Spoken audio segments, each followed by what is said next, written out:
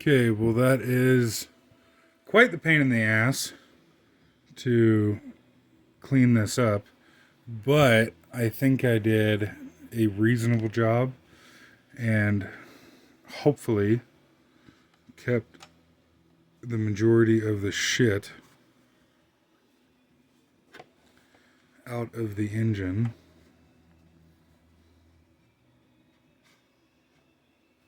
And of course, go figure, just change fucking oil on it. Because I didn't think I was gonna have to clean a bunch of this shit off. I did pull the rocker arm shafts out to be able to clean better in there. That's funny. I just literally polished that out, but yeah, that's all those little dudes are. I guess hindsight, looking at this now, what I should have done is pulled the rocker arms out to clean.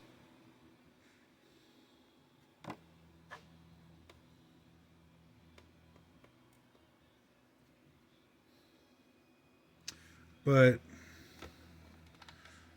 just Jesus Christ, look at how tiny those are. Bet you I can, yep, push them down with my thumb. That's just funny.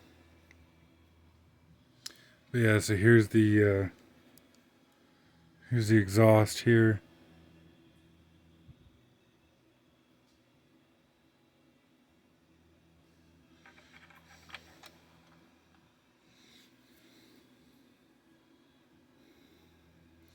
There's little pins.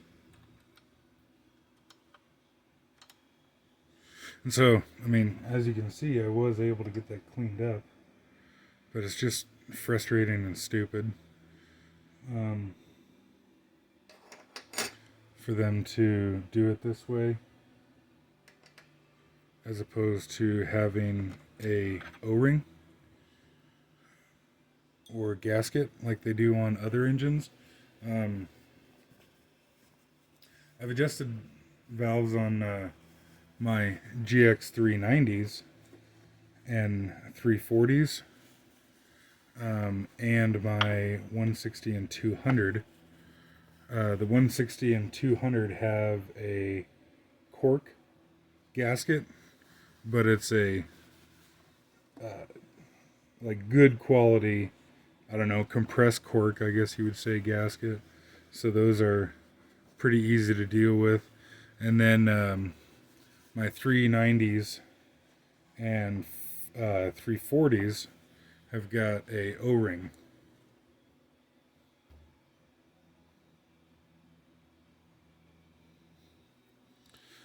Like a rubber O-ring. So that's really nice. The rubber O-ring is really nice. I just had a brain fart here, like, wait, shit, which side went where? But then these are actually directional. They can't go the other way. So that's probably good.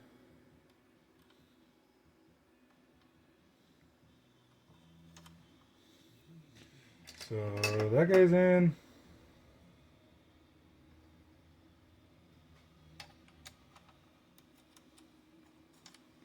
That guy's in. Reasonably happy with that guy. I use this little scraper on it with lots of patience and a little tiny piece of Scotch-Brite. And then thankfully now the valve cover is going to be easy to deal with, because if I get shit anywhere, I can just clean it because it's, just the valve cover.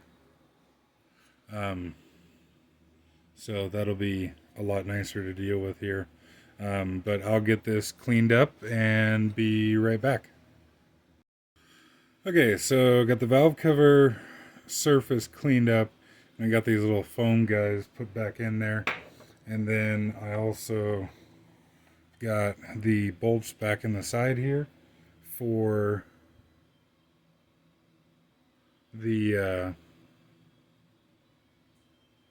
like plastic cowling that's on the side here. And because I've fucked with the rocker arms, I'm going to check them one more time. And so the my owner's manual gives it to me in metric, but we want 6 thousandths on the intake and 8 thousandths on the exhaust. And yeah, I'm not going to adjust these. Which, on one hand, you could easily enough say that it was a waste taking this thing apart because the valves didn't need to be adjusted. On the other hand, you don't know that they are doing good in an adjustment until you check it. So, this here is the silicone that I use. Wacker Elastol A442. This is the international factory silicone that they use on like the 7.3 Power Stroke, or the T444E, and the 460s and the 530s and that kind of shit and everything. Up until recently, I've been buying this at my local international dealer. Unfortunately, now my local international dealer is a raging piece of shit. And so I'm going to try and find a place to order this online. But personally, this is my personal favorite for silicone. And anybody who has had the misfortune, I guess, if you will, of removing the oil pan off of a 7.3 or the 444 international version, knows how incredibly awesome the silicone is. On the 7.3, if it's original and hasn't been fucked with, or somebody has reinstalled the oil pan correctly and used this silicone, the oil pan is damn near welded to the block. They're actually really kind of a pain in the dick to pull the oil pan on without bending the absolute dog shit out of the oil pan. And of course, everyone has got their own personal favorites for their own reasons. This just so happens to be mine.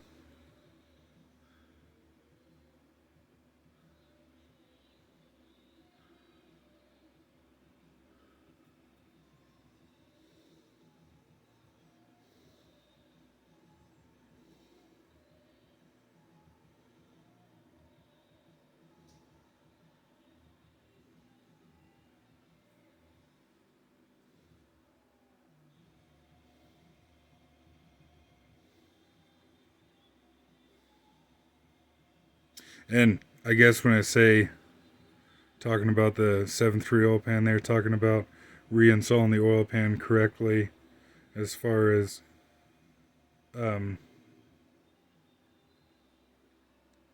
if you go by international recommendations, they actually have kind of elaborate procedure for reinstalling the oil pan.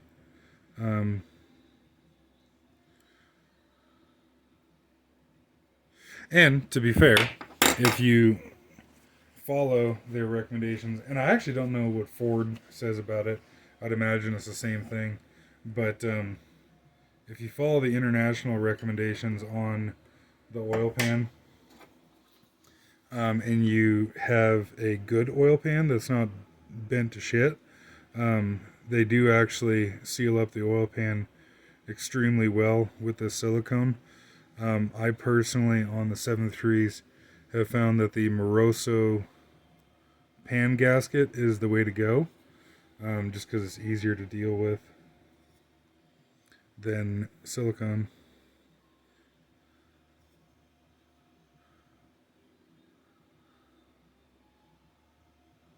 So, dabble do ya? Kind of deal.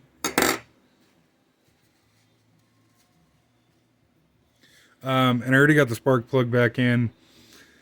Yeah, so valves are good. I have already picked out all the shit that I can find, anyways, of contamination in there. Got my little foam pieces back intact, as clean as I can reasonably get it.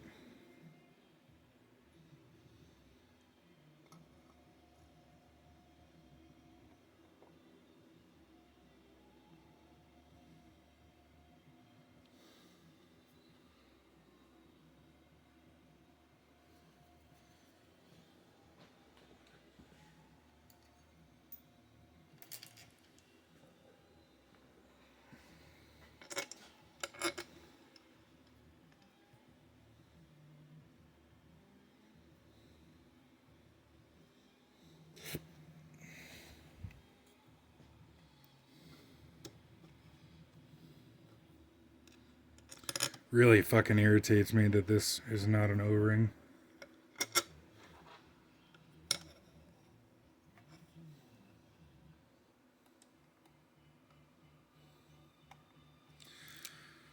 But that's the way it is.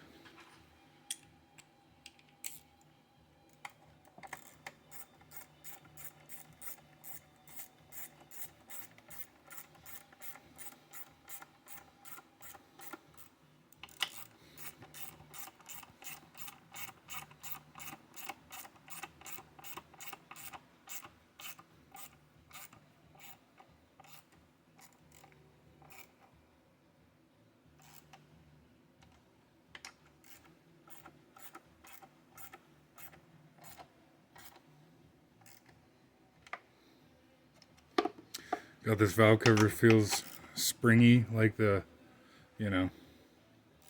not a nice firm seat on there, which is disconcerting. Or whatever the word is for that.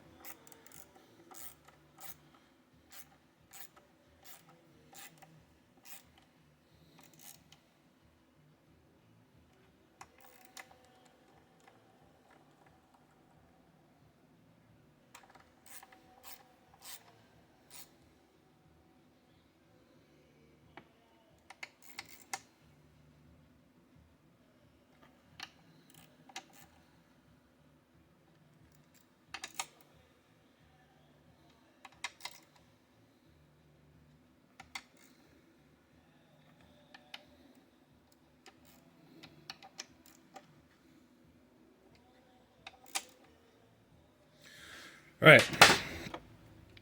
So, check spark plug one more time. And I am going to let that silicone set up overnight before starting this thing. I personally have had really good luck with that silicone as far as, like, if you were to, say, do a diff cover with it, and just, putting oil in the differential right away, as soon as you get the diff cover on, and not having a leak with it. But it is certainly best to let it set up and cure, at least overnight, given the option. And I have the option here because I don't need to use the generator right away for anything. And also a differential. Whoa!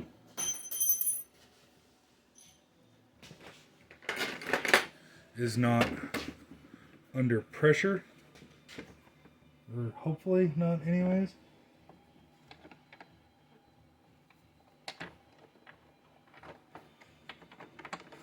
Where this guy, being a little single cylinder, has got pulsing crankcase pressure.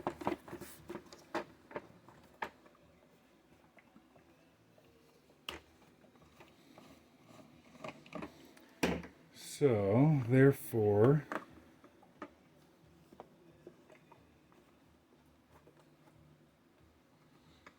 for fuck's sakes. This is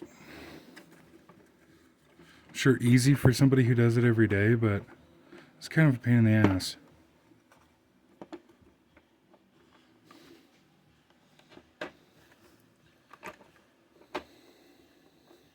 So much shit to line up all at once.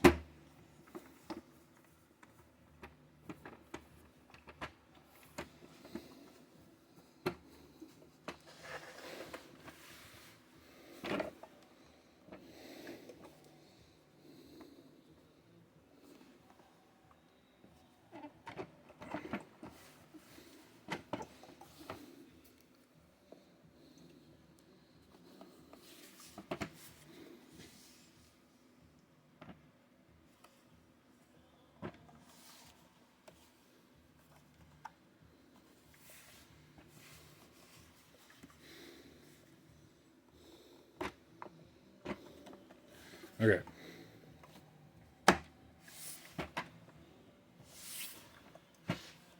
Have that one go on there.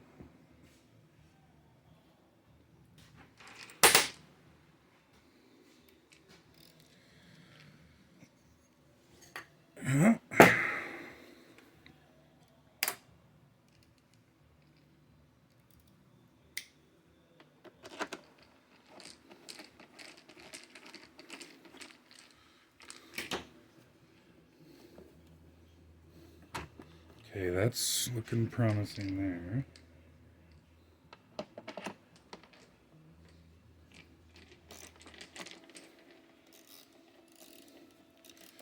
Okay.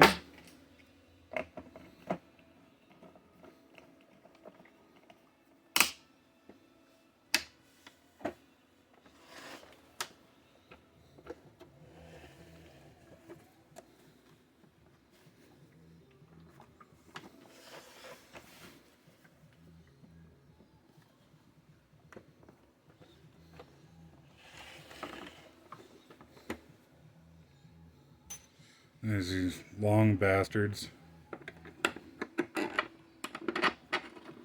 down in the bottom.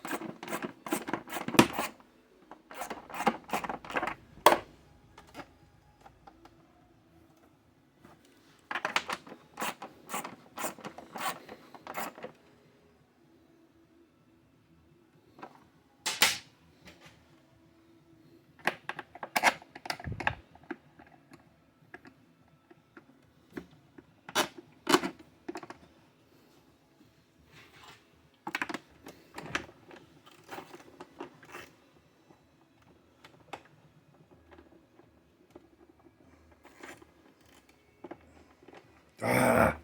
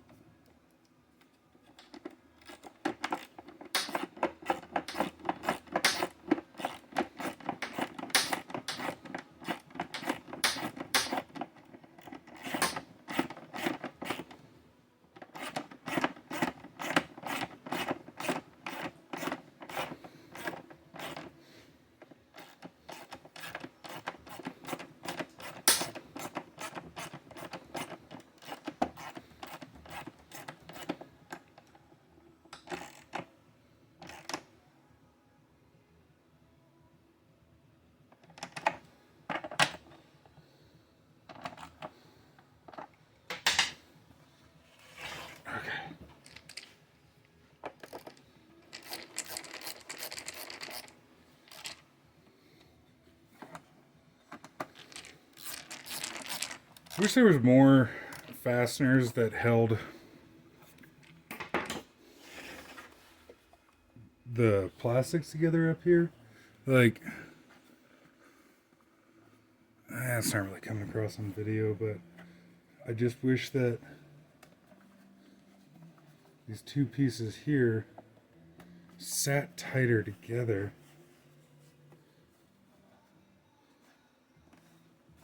I mean, it sure seems like I got everything lined up the way it should.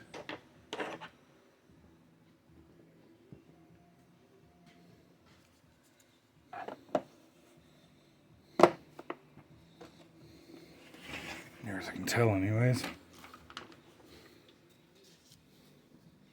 Okay, so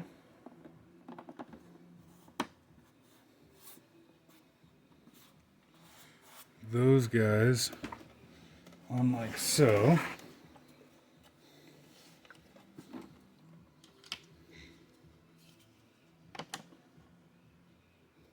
Oop, look at that. I didn't even notice that at first, but they are different from side to side.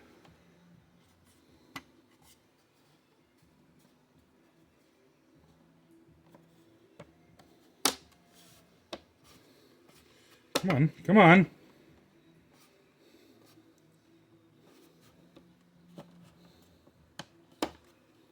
All right, what's going on?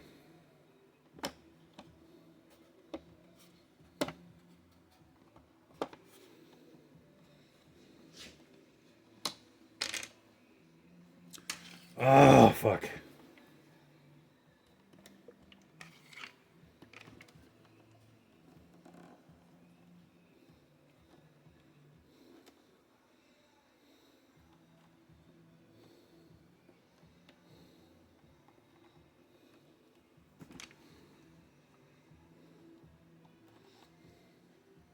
Really do love this little generator, but some of this shit's pretty finicky.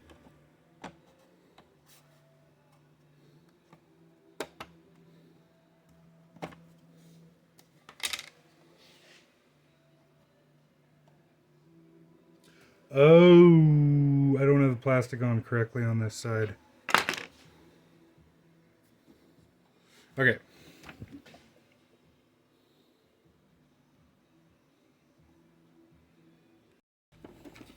Okay, got it figured out. Yeah, I had the plastic misaligned on the other side there.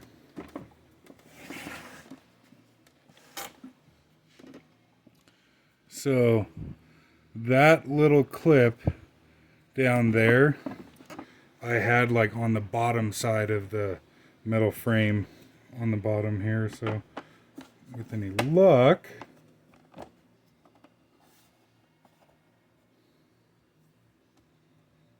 I think that's okay. So now the inverter section should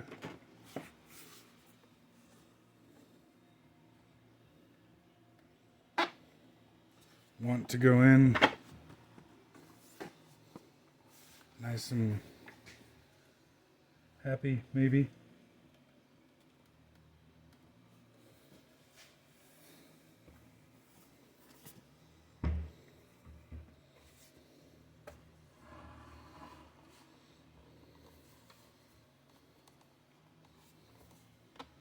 Ah, oh, fuck me.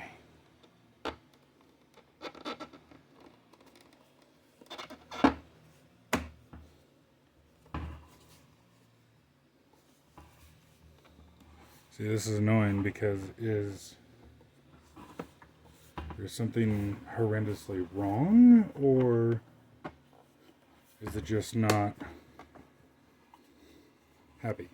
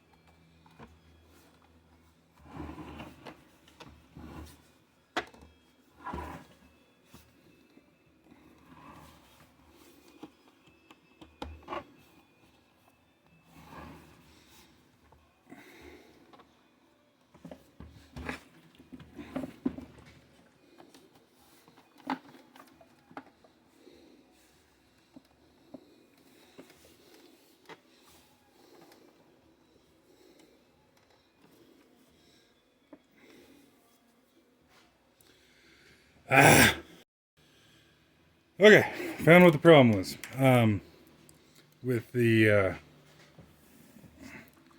front faceplate here, the fuel tank wasn't in its proper alignment tabs.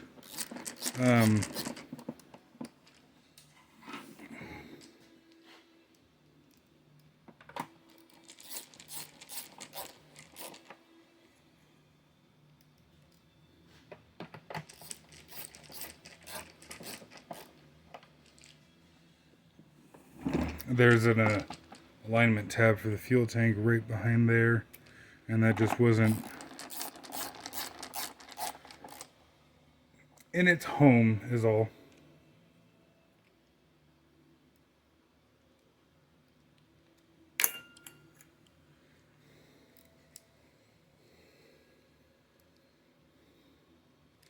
And so then there is one screw, like a plastic thread screw, that goes in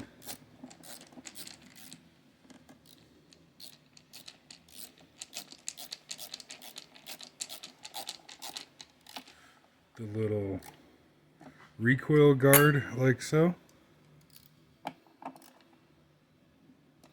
And then, well,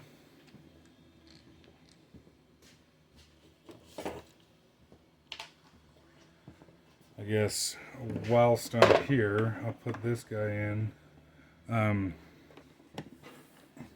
This is the the DC charge cable, and it actually tucks in here reasonably well.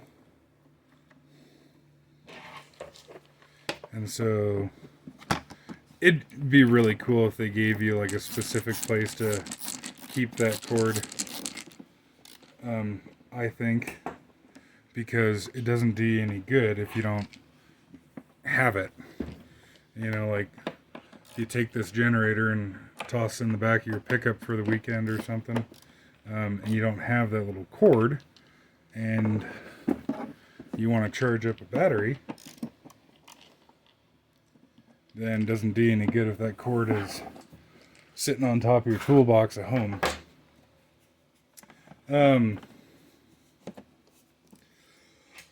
But yeah, I guess what I was saying earlier is that